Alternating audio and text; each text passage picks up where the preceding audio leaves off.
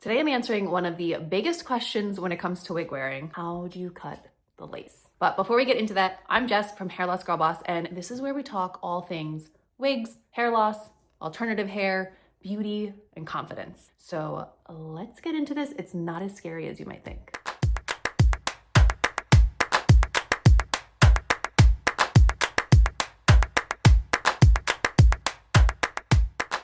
So today I'm going to be cutting the lace on my Delphine wig from Wigs. This is a pony wig that I am absolutely in love with. If you want to see the full review, I'll put the link down in the description. So let's pop her on, because first let's talk about why is there extra lace to begin with. Here you can see this wig comes with a couple of inches of extra lace at the hairline. Now, why do they even bother doing that when they know we're going to be trimming this back? What it does, it helps maintain the tension and the integrity of the lace until that wig is purchased and ready to be worn. With lace, the nature of the material, because it is so fine and so delicate, it is going to fray over time. If they were to trim this back immediately and have it waiting to be shipped, or maybe someone buys it and sends it back, that lace is going to begin to fray a lot sooner than it needs to. Also, it's gonna help you maintain the tension at the hairline. Now, what makes these wigs glueless is that there's enough tension in the lace that when you put it on, it pulls down to your forehead and melts into your skin. If you were to cut this lace ahead of time, there's a much better chance that it's going to stretch out before that wig is purchased and ready to be worn. That's why there's this little bit of extra. Also, if you were to do any customizations to the hairline, having extra lace here is going to make it much easier for whoever is doing that customization for you. A couple of tips for when it comes to cutting the lace. First off, it's not as scary as it seems. You can definitely do this. Second, you always want to leave way more than you think you're gonna need, because we can always take more off, but there's no putting that lace back once you cut it off. So be conservative with your first pass through the lace. We can always go back. Don't worry about that. So the first thing I'm going to do is I'm going to wet down the hair at the hairline, because I want to make sure all that hair is back and away from the lace.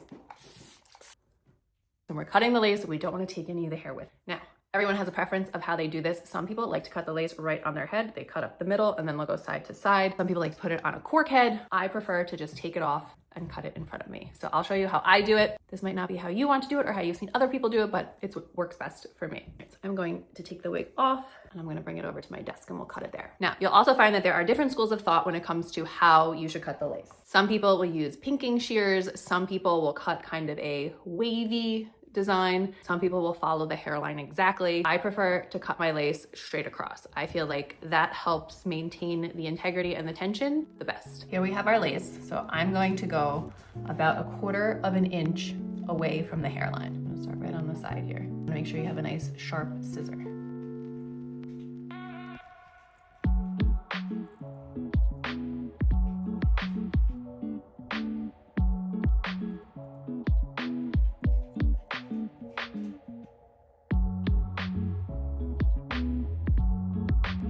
Take your time, don't rush.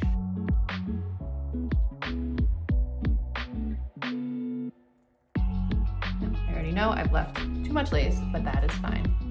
I'll go back.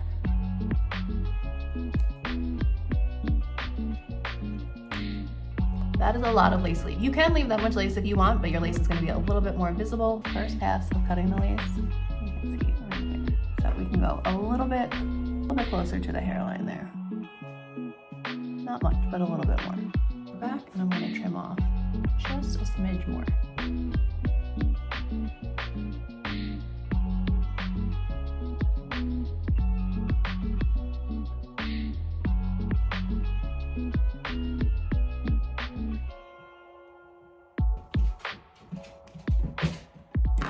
When it comes to the sides near the ear tabs, I do tend to cut it a little bit closer.